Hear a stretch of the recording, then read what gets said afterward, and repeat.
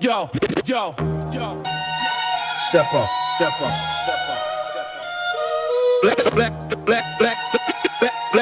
Black budget, gravity.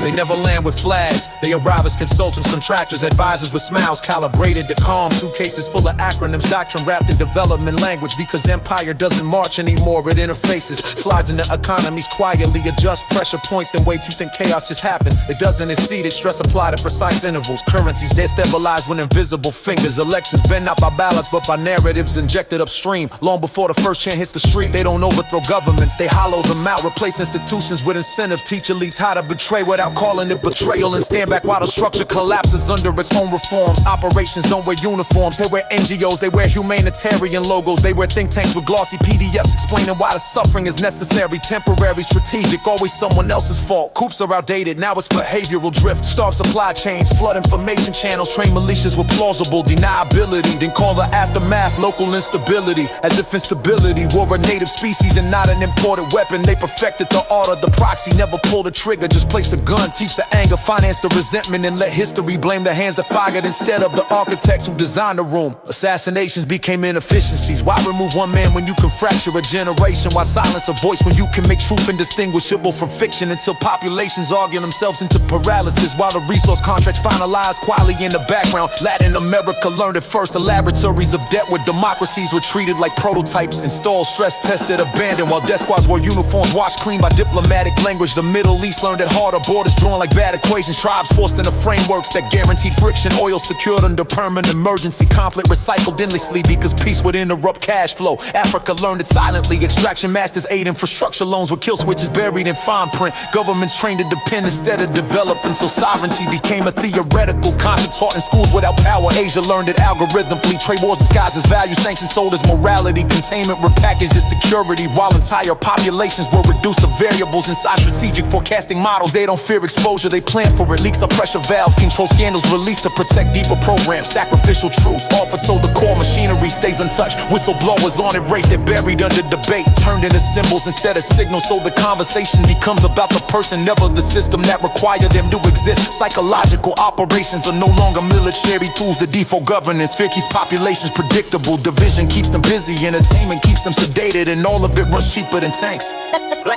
Black budget.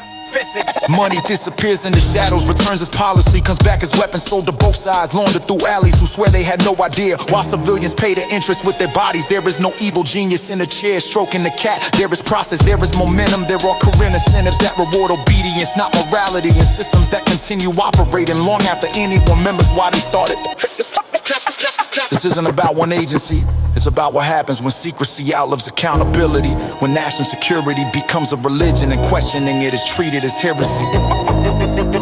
Empires don't fall from attack, they rot from modernizations. And somewhere right now another country is being stabilized, another future is being negotiated without consent. Another generation is being taught to hate the wrong enemy, because the dirtiest operations aren't the ones you never hear about. They're the ones explained to you so calmly that you stop asking who benefits. When the world keeps burning on schedule,